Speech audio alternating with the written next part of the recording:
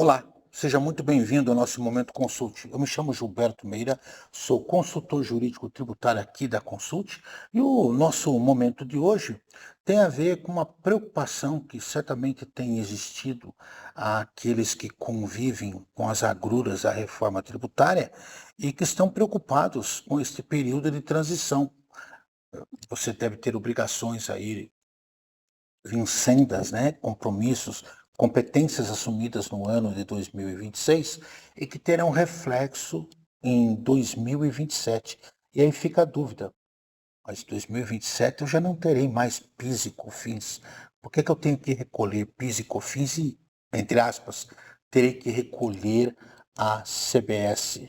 Na realidade, você não pode estar preocupado com esse tipo de situação, porque existe um recurso para isso, que nós costumamos chamar de ultratividade da norma.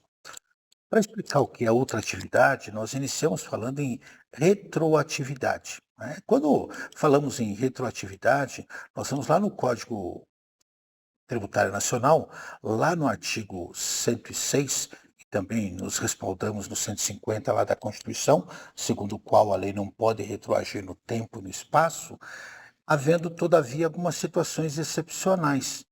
O 106 do CTN diz que a lei aplica-se ao ato ou fato pretérito, leia-se passado, em qualquer caso, quando seja expressamente interpretativa. Então, aí é importante observarmos os atos declaratórios interpretativos que a Receita Federal emite, as decisões que muitas vezes emanam do Supremo Tribunal Federal, né, que são meramente interpretativas, é a chamada decisão conforme, e também excluindo aí qualquer penalidade, infração de dispositivos interpretados, porque houve muitas vezes equívoco de posição. O 106, inciso 2, diz ainda que, tratando-se de ato não definitivamente julgado, quando deixa de defini-lo como infração, quando deixa de tratá-lo como contrário a qualquer exigência de ação ou omissão, desde que não tenha havido fraude ou simulação ou coisa do gênero, e também quando lhe comine penalidade menos severa que a prevista na lei vigente. Então, são exceções aplicáveis à lei, né? E, neste caso, o artigo 106 admite algumas exceções em que eu volto no tempo para aplicar a legislação anterior quando ela é mais benéfica ao contribuinte. Todavia, não é disso que nós estamos falando de uma situação de transição. E aí nós começamos a explicação citando o artigo 105 do CTN, segundo o qual a legislação tributária aplica-se imediatamente a fatos geradores futuros e aos pendentes, assim entendidos aqueles cuja ocorrência tenha iniciado antes, mas não tenha sido completada nas formas do artigo 116 do Código Tributário Nacional. Sim, o famoso regime de competência. Às vezes eu assumo um compromisso em 2026 que vai ter reflexos em 2027. E quem vai comprovar isso é a contabilidade, é o seu contrato e assim por diante. O 116 do CTN também merece atenção, porque ele observa que, salvo disposição de lei em contrário, o fato gerador ele é considerado quando houver situação de fato, né, uma situação corrente, desde o momento em que se verifica as circunstâncias materiais necessárias a que produzam os efeitos que normalmente eles são próprios. Então, eu assumo um compromisso no ano de 2026 e pagamento parcelado ou antecipado de uma obrigação que eu assumi e vou pagando no decorrer do ano de 2027. Aqui eu tenho que levar em consideração que, mesmo que a norma que diga respeito ao PIS e a COFINS tenham sido revogadas com efeitos a partir de 1º de janeiro de 2027, os efeitos ainda permanecem consolidados. E, nesse caso, nós não poderemos ter a tributação, né, da CBS de forma que não haja colidência e exigência de dupla tributação. Também, em situação jurídica legalmente prevista, em que tenha sido constituído fato nos termos do direito aplicável, ou seja, neste caso, eu tenho que vincular. E aqui, a prova material que nós temos, a contabilidade e contratos que nós possamos ter. E por que é possível fazer essa afirmação? Porque além desses dispositivos, nós vamos lá no CTN e encontramos uma outra regrinha que é complementar essas todas que nós estamos falando, que é a regra do artigo 144. Então, citamos o 105, o 106, o 116 e o 144.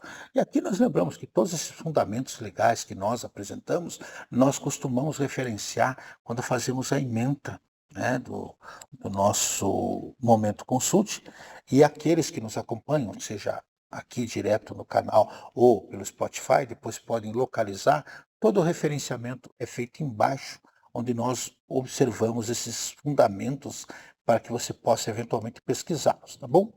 E o 144 diz o seguinte: o lançamento reporta-se a data da ocorrência do fato gerador da obrigação e rege-se pela lei então vigente, ainda que posteriormente modificada ou revogada. O que isso quer dizer?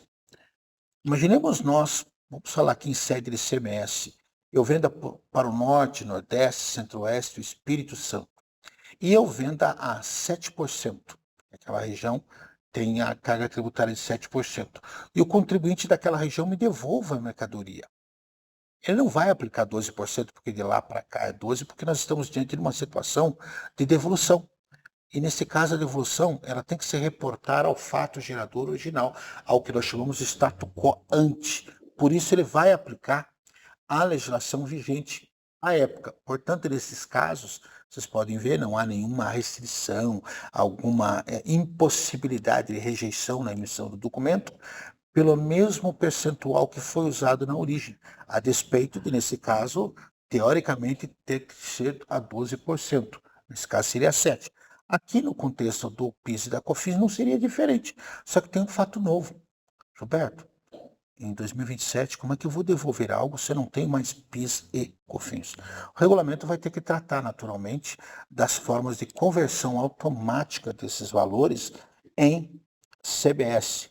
Ele ainda não deu a tratativa adequada, mas certamente, ao devolver, será conferido àquele que fez o processo a recuperação do PIS e COFINS na forma de CBS. Essa é uma das razões, inclusive, pelas quais a EFD Contribuições será mantida.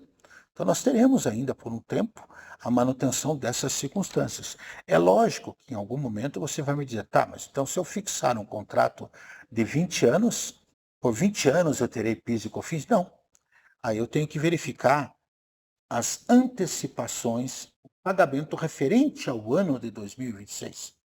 Se ela se refere a vencimentos no ano de 2027, no ano de 2028, pelos próximos 20, 30, 40, 50 anos, eu estarei falando naturalmente de situações que já estarão sujeitas aí à CBS e não mais ao PIS e à COFINS. Por essa razão, é importante que nós observemos que a Lei Complementar 214 trouxe um dispositivo pontual e que eu chamo a atenção de todos aqueles que nos acompanham, que é o artigo 408. Segundo esse dispositivo, sem prejuízo das demais regras estabelecidas nesta lei complementar durante o período de transição para a IBS e a CBS, nós vamos observar o que está disposto neste artigo 408. Então, diz lá o parágrafo 1º do 408 da Lei Complementar 214. Caso a mesma situação prevista em lei configure até 31 de dezembro de 2026 fato gerador da contribuição para o PIS/COFINS ou para o PIS/PASEP importação ou COFINS importação a partir de 1º de janeiro de 2027, o fato gerador também pode ser considerado para efeitos de CBS. E nesse sentido, se observa o que dispõe o parágrafo 1º. Primeiro, não será exigida a CBS, ou seja, eu estou reconhecendo a prevalência dos artigos 144, 116, do 106 e do 105 do Código Tributário Nacional. Ou seja, a norma está sendo reconhecida, mesmo tendo sido revogada, porque ela produziu efeitos no ano de 2027. Ou seja, ela é de 2026 e é por isso que nós chamamos de ultratividade da norma. Então, não será exigido COFINS, PIS, PASEP, COFINS importação, contribuição do PIS, PASEP importação.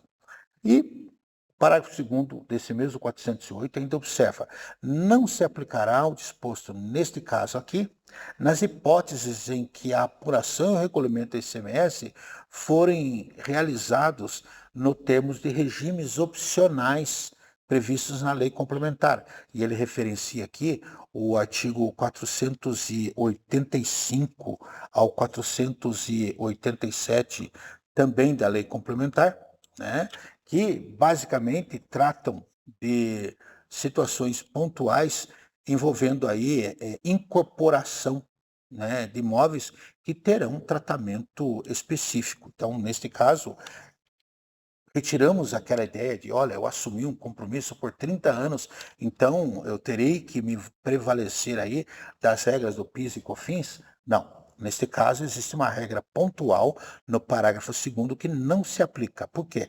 Porque os efeitos são feitos a médio e longo prazo e eles já consideram que o fato gerador seria o regime aqui de caixa nesses casos. Tá? Ainda seguindo a sequência do 408, lá no parágrafo 2º, ele observa que, nesse caso, é exigido que a CBS deva prevalecer e não as demais contribuições que nós falamos, ou seja, ele delimita uma situação. Também em situações ocorridas até 31 de dezembro de 2026, incluindo aquelas que configurem fato gerador pendente. Um fato gerador pendente é aquele que vincula a uma situação de complemento, ou seja, eu fiz um valor X, antecipei Y, falta outra parte para completar aquele X definido. Então, é uma situação pendente. Ele vai considerar aí que nós temos que observar a receita obtida a partir do regime de caixa, tá? Então, nesse caso, considerar se ocorrido o regime nessas situações, atenção, fato gerador pendente, né? A fato gerador do PIS da COFINS, exigindo-se neste período o PIS e COFINS também, e não exigindo a CBS por contrapartida. Já no período de 2029 a 2032, quando nós teremos aí o IBS, nós teremos uma tratativa muito semelhante. Mas aqui é a situação para nós tratarmos em outra oportunidade, quando nós estaremos aí diante de peculiaridades, porque nós teremos a proporcionalidade a partir de 2029 de 10%, em 2030 20%, 2031 30%, 2032 40% e a transição definitiva. Ou seja, dito isso, fica aqui bem claro que a questão da ultratividade, ela se contrapõe com o conceito de retroatividade, porque o legislador estabeleceu lá no artigo 408 situações em que haverá efetivamente a garantia de aplicação. É evidente que sempre existirão situações que nós não temos como prever e que caberá naturalmente ao judiciário tentar tratar. Imaginemos que eu assine uma duplicata, né, garantindo, olha, o valor do pagamento é de X e ele será pago em janeiro de 2032. Há uma discussão aqui? Claro, mas aí o judiciário é que vai ter que decidir, porque o legislador ele não trata com situações excepcionalíssimas, ele trata com situações que são habituais, ok? Bom, esperando ter aí satisfeito a curiosidade, deixando você sempre à vontade, se houver dúvidas, comentários, complementos, você tem duas formas de fazê-lo conosco. Uma delas é encaminhando aqui para o espaço que existe embaixo do nosso comentário, você tem um espaço para fazer observações. Ou então, se você preferir, você pode mandar um e-mail para momentoconsulte@consulte.com.br. Nós, junto com a nossa equipe, que teremos o maior prazer em atender vocês, de tal forma que nós possamos aí trazer maiores dados, maiores informações atinentes à questão da reforma tributária e de outras tantas, como nós costumamos fazer. De resto, fica o nosso pedido para você acompanhar a nossa rede, divulgar o nosso trabalho, né? Clicar o likezinho que nós gostamos e de resto, sempre estar preparado porque nós estamos aqui aguardando a sua participação, tá bom? Gente, um abraço, até a próxima.